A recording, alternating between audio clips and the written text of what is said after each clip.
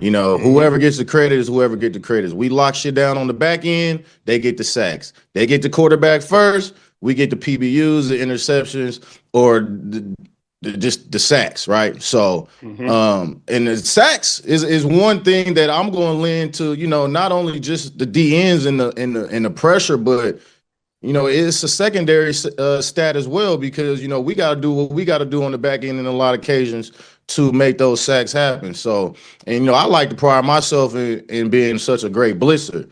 And I mean, I had 2 sacks that season. You know, a few pressures, but you know, I was always had to be accounted for in the pass rush. Right. So, you know, I think we had 52 sacks that year. 52 sacks that year. Just going over the quick basics, right? You guys had, you know, points per game. You got us 14.4 or 18.5. Total yards, y'all had us 273 to 283. Our 27 takeaways to your 39. Our 14 picks to your 28 picks, right? Hey, when you look at that, y'all got it, right? But the only thing that I would eject in those stats, and I say, you know, how many times we had to go on the field because of our giveaways, right? You don't like to say what the offense, you know, how the offense attributes to great defense.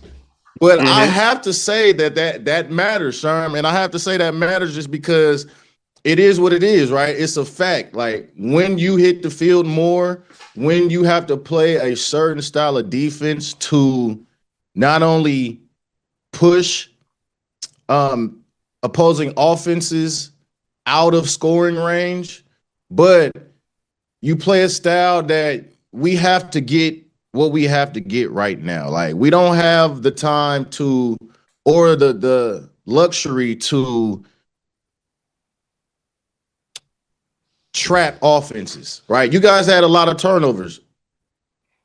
We can't deny that. We can't deny that. But I feel that you guys had the luxury provided by your offense not turning the ball over.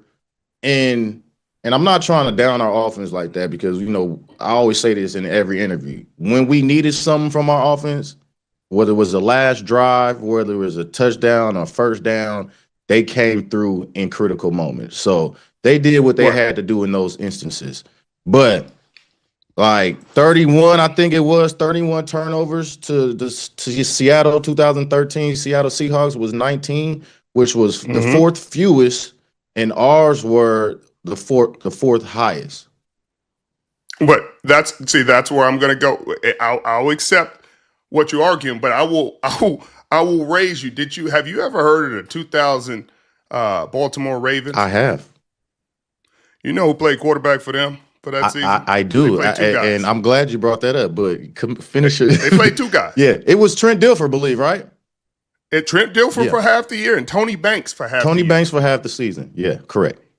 Yeah. It wasn't not scoring a lot of points. Not scoring a lot of points. They had a stretch. But what they did do, they protected the football. No, they didn't. Yeah, they had 19 interceptions between them. They had how many interceptions?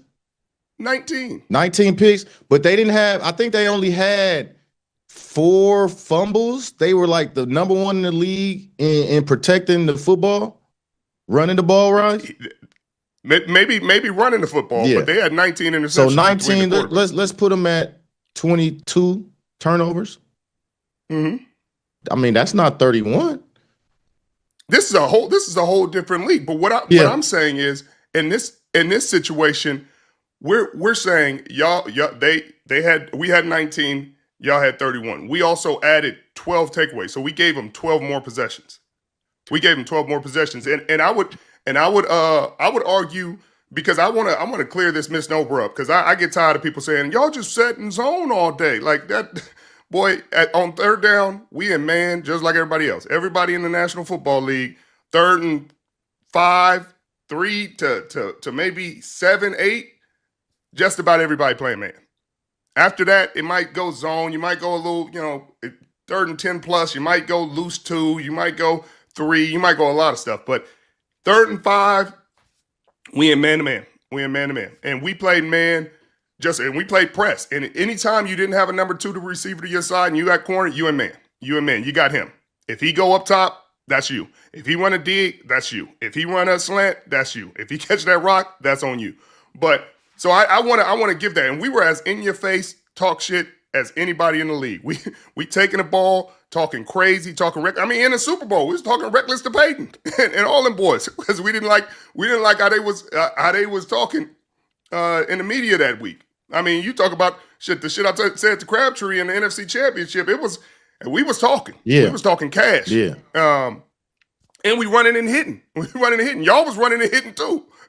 You and Darian, y'all was back there smacking. Yeah. And everybody know what Camden done. It's legendary. Earl was out there hitting. And then we can go through the front. I wanted to keep it in the secondary for a second, but y'all had the 2 Hall of Famers up front. We had Chris Clemens was a great rusher. Our starters were Red Bryant and Chris Clemens, then me Bang. And some dogs and right Mike there. Bennett and Cliff Averill. Huh? Red and me Bang, some dogs. For sure. Big dogs. Yeah. Big dogs. Big dogs. And then yeah. Mike B and Cliff, the year we won the Super Bowl, were rotating. Mm-hmm. That was the first year they got there. They wasn't even starters yet. They didn't start till the next year. And that's what people don't understand. That's how deep the D-line was. Them 2 dudes was probably our best rushers. I mean, our best rushers. Yeah. And they didn't even start. Yeah. I mean, shit, we had, Shaq Barrett coming off and first round pick Shane Ray. Yeah. Shane Ray was coming off. And then, inside, I think is probably our most underrated part was Derek Wolfe and Malik Jackson. And Sylvester Williams, too, inside there. Them 3 on a rotation, especially in pass rush situations, I felt were, 3 of the best interior pass rushers in the game at that point, right? I agree. I agree. They did their thing. But see, that's why I kept it with the secondary for him because I was like, if we talk secondary lead, this is not going to be the discussion you think it is because I feel like we took the ball away at a high level. Even Byron Maxwell had 4 interceptions. Earl had 5. I believe Cam had 3. Yeah. And then I had 8.